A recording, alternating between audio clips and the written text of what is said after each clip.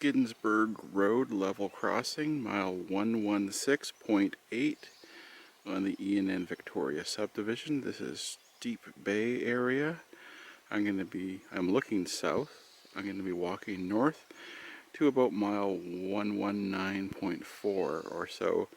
My turnaround goal is Cook Creek South Fork Bridge, and it's just after 5 a.m.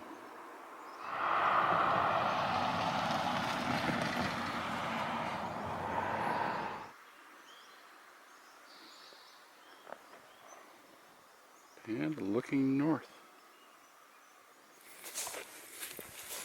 I'm in the Island Corridor grasslands. It's July. It's the height of the growing season, sort of, still. It's the time when you could harvest your hay. As usual, my boots and legs are getting wet right at the start of my walk, just from walking through the dew-soaked grass.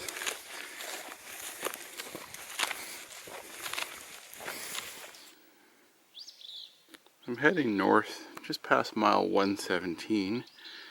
Nice open marshy area. If I stay here too long, I'll find mosquitoes, or they will find me. Reading from my script here, a couple landmarks that I'm looking for. Mile 118.3 was the site of a water tank. So I'm looking for that, just north of mile 118 sign, at the start of a straightaway, just south of a farm crossing. Mile 119 was the former site of a logging railway overpass. Canadian Robert Dollar Logging Railway crossed over the E&N there, way back in the day. Mile 118.1 was a Deep Bay spur that went off, and mile 117.5 was a sand spur. So I guess a spur to a pit where they got sand for the locomotive wheels. Yeah, we'll see if there's any evidence of any of that. It's from a long time ago, but it would be nice to find the concrete foundations for the water tank at mile 118.3.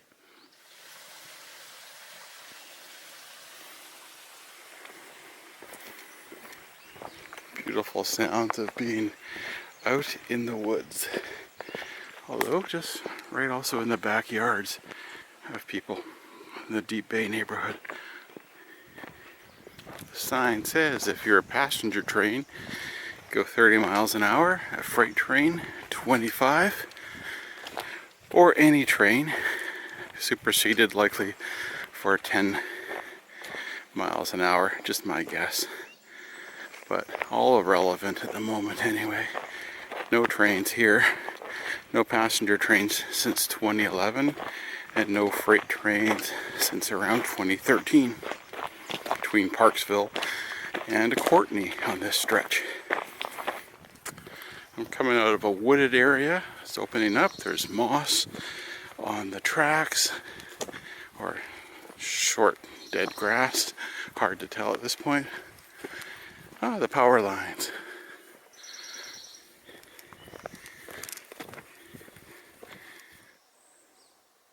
I got a nice elevated view here on the path that follows the power line. Now I get back down. And it is moss. Lovely moss here. But crunchy to walk on. Crunchy.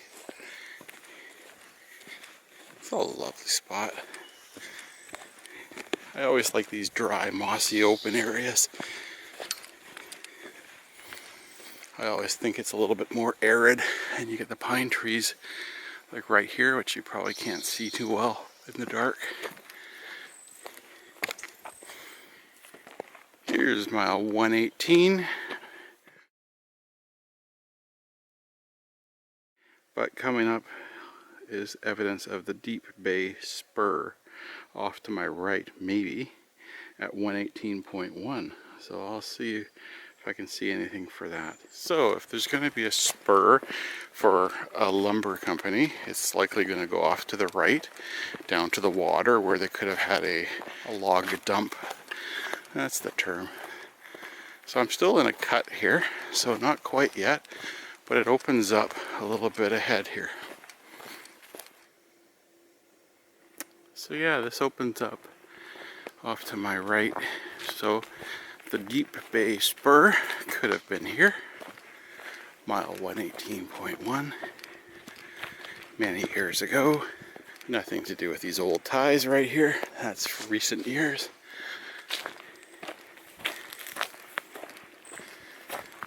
Railway archaeology is fun. Looking south, just open land beside me. Totally makes sense that there could have been a spur right here. Going down through there. Down to the water close by. Okay, next thing to look out for. Concrete foundations from a water tower. Also have to look out for the sound of a stream. Well, I got the sound of the creek. I got lots of open area on either side of the track here. Question is, where was the water tower? This is just an old tie right here. On this side.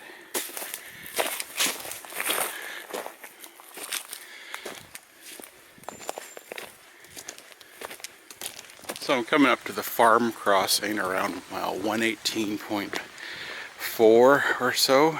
So I didn't see the water tower foundations. I'm past where that would have been. I'll look again on the way back in better light. Here's your typical crossing with the standard signage of do not use. And continue up as I work my way towards mile 119. The railway is really close to Highway 19A. I can hear the traffic noise. From looking at a map, it curves close to the highway and then goes back towards the ocean. Nice meandering route, which is why I'm doing this today. I like a meandering walk along the railway.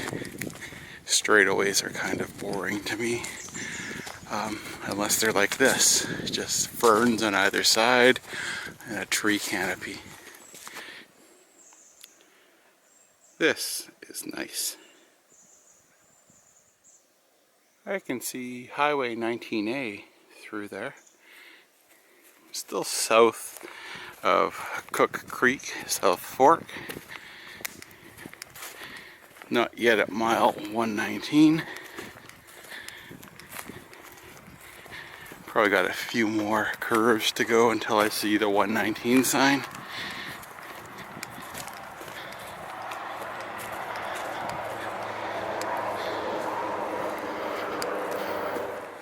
We got a nice straightaway, so the sign says go ahead, resume speed. Got a couple signs coming up for the other direction. I have a feeling one of these is going to be laying out the speed limit of 25 and 30. I'm not sure what the other one is though. Okay, whistle sign for who knows what. The private crossing is a ways down there, so maybe it's a kind whistle sign for hikers on a trail. And so here's the second sign. This should be the 25 and 30 speed limit. Oh yeah, it is. Coming up to the curvy section. And I continue northward towards mile 119, and the sign is coming up straight ahead here. I was back in this spot here in December 2019. And I went as far as the speed sign behind me. So I'm on a spot I've been before. So somewhere around here would have been the overpass for that Canadian dollar railway. I'll get the wording wrong. Logging railway from days gone by. I don't know how long ago that was, in the early 20th century. Yep, an overpass would have been up here. It's high enough.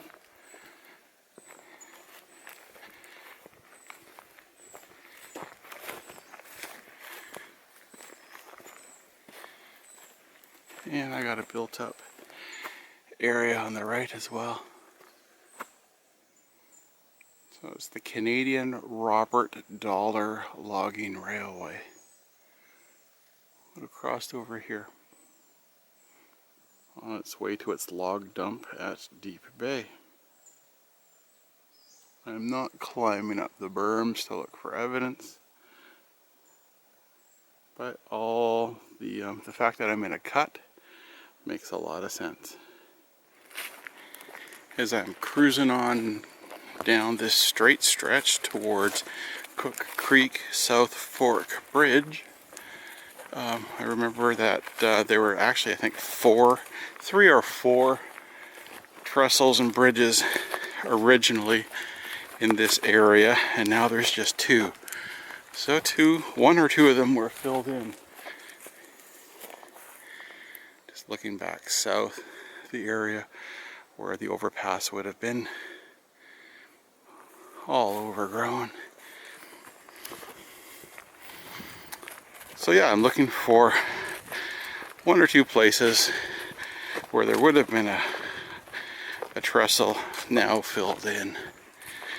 Either a ravine or just a swampy area. It should be obvious. And here's the creek. I'm on a filled in area. Creek goes through a culvert.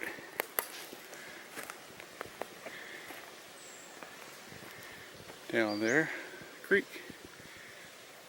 So yeah, here's one of the filled in trestle areas. Now a culvert and fill.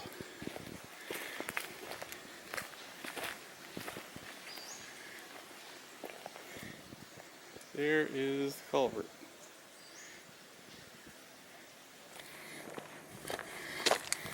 Nice straightaway. Old ties. But not too much overgrowth. So far on the walk today, I've just had one area near the beginning with a lot of tall grass. So my legs are not soaked. That's a good thing. Here's the sign that indicates there's an obstruction ahead. And that obstruction is the Jordan Rail, the inner guardrail, or the bridge for Cook Creek South Fork. This is not the most glamorous bridge on the E&N Railway. Simple, short, and I explored it in a lot of detail back in December. This would be fabulous with the fall colors in October. All these maple leaves hanging over.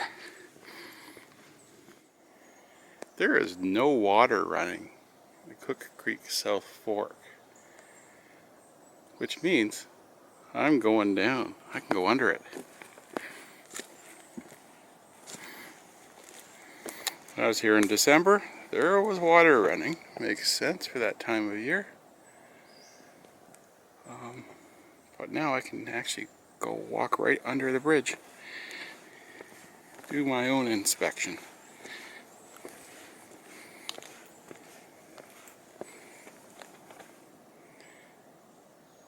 I'm standing in the South Fork of the bed of Cook Creek, which is dry right now in late July. There's water running in December, that's when I've been here. Dry right under.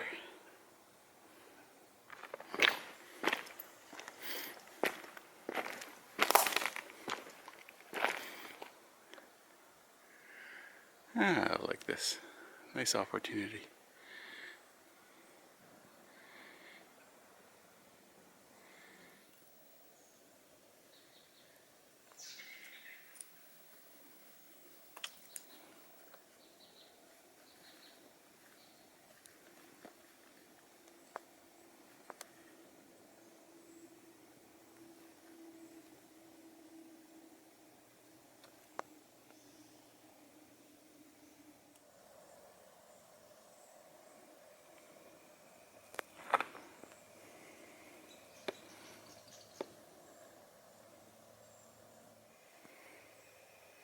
Okay, to climb back up to the railway grade now. I think I'll continue down to the North Fork of Cook Creek, Cook Dry Creek perhaps. Just curious to see if the North Fork is also dry. So I'm between the North and South Forks of Cook Creek. I'm on a built-up fill. So yeah, this could also have been a trestle here originally to bridge this ravine or whatever we call it. Here's the creek with the culvert, double culvert right there, dry. So yeah, this would have been another original trestle spot. And then I'm coming up to North Fork, which is still a bridge. This is one of the baby bridges on the E&N. Doesn't even need a Jordan rail. Cook Creek, North Fork. Dry at the moment. Very short. Concrete abutment on either side. And I think the bridge structure is just some wooden beam stringers. Yeah. That's about it. Simple. Okay, this is my turnaround point, mile 119.5 perhaps, the Cook Creek North Fork Little Bridge. And now I'm going to head on back down to 116.8 where I parked.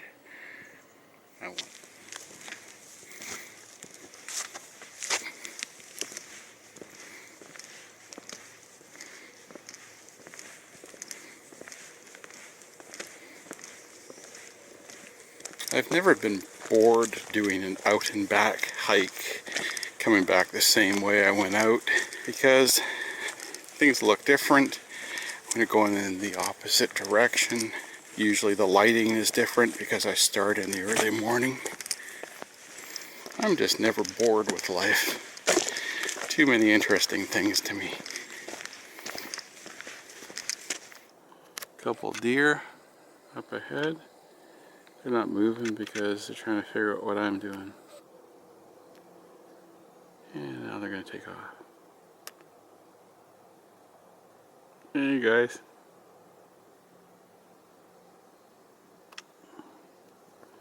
Apart from a bunch of slugs, those are the only animals I've seen today. Well, mosquitoes too. And the South Fork of Cook Creek, dry.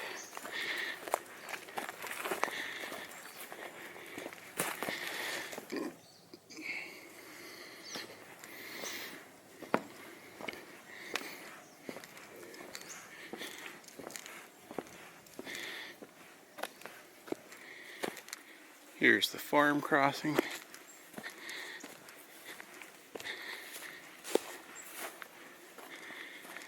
Somewhere just before the end of this straightaway is where the water tower was.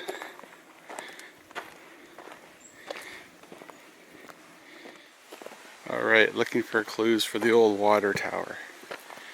Clue number one, well, I'm in the right mileage area according to the old charts. Clue number two, the sound of water with a creek underpassing through a culvert. So there's the water source. Which means somewhere Not quite here. That level crossing is 118.3. I'm looking for 118.1. I'm not sure which side, but that would be where the water tower was. So now I just look up for built up areas on either side and hoping to see some sort of old concrete foundation. Now there's no concrete foundation here on the west side, but this would be the obvious spot because it's built up a little bit right beside the creek. So you'd think that here would have been possibly where the water tower was. So no such luck at this spot.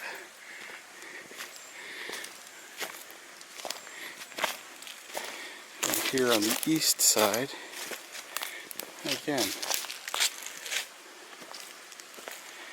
nothing that indicates a foundation.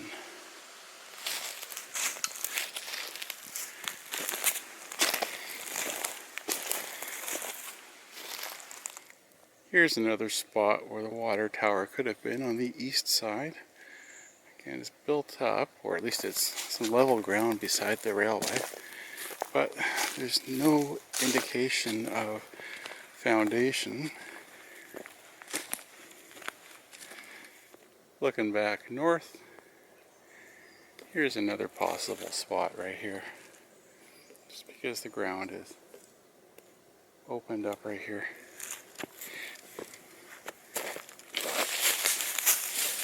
So there's a possibility. Could have been something here. Again, there's just no concrete foundation proof, if there was a concrete foundation. I'm just going on that as my example of proof because I've seen that in other locations. Okay. Inconclusive. So what's the conclusion? The conclusion is that the foundations would have been removed. The old railway charts have a sand spur listed around here at mile 117.5. This is awfully sandy around here. There's going to be sort of a sand quarry, so to speak, for taking sand for the locomotive wheels. This could be it.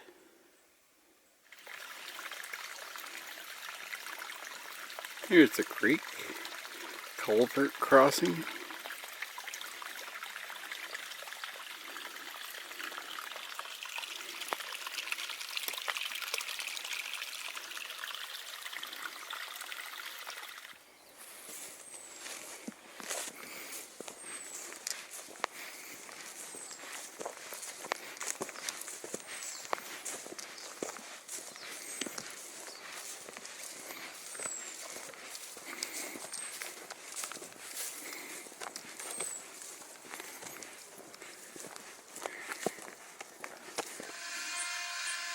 I found the 117 sign and the whistle sign going the other way.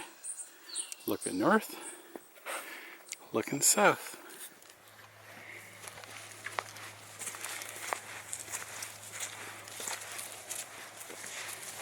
Squishy part here.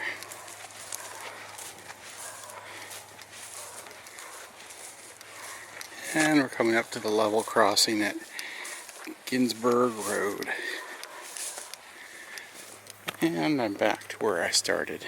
Level crossing at Gainsberg Road, mile 116.8. 4 hours later.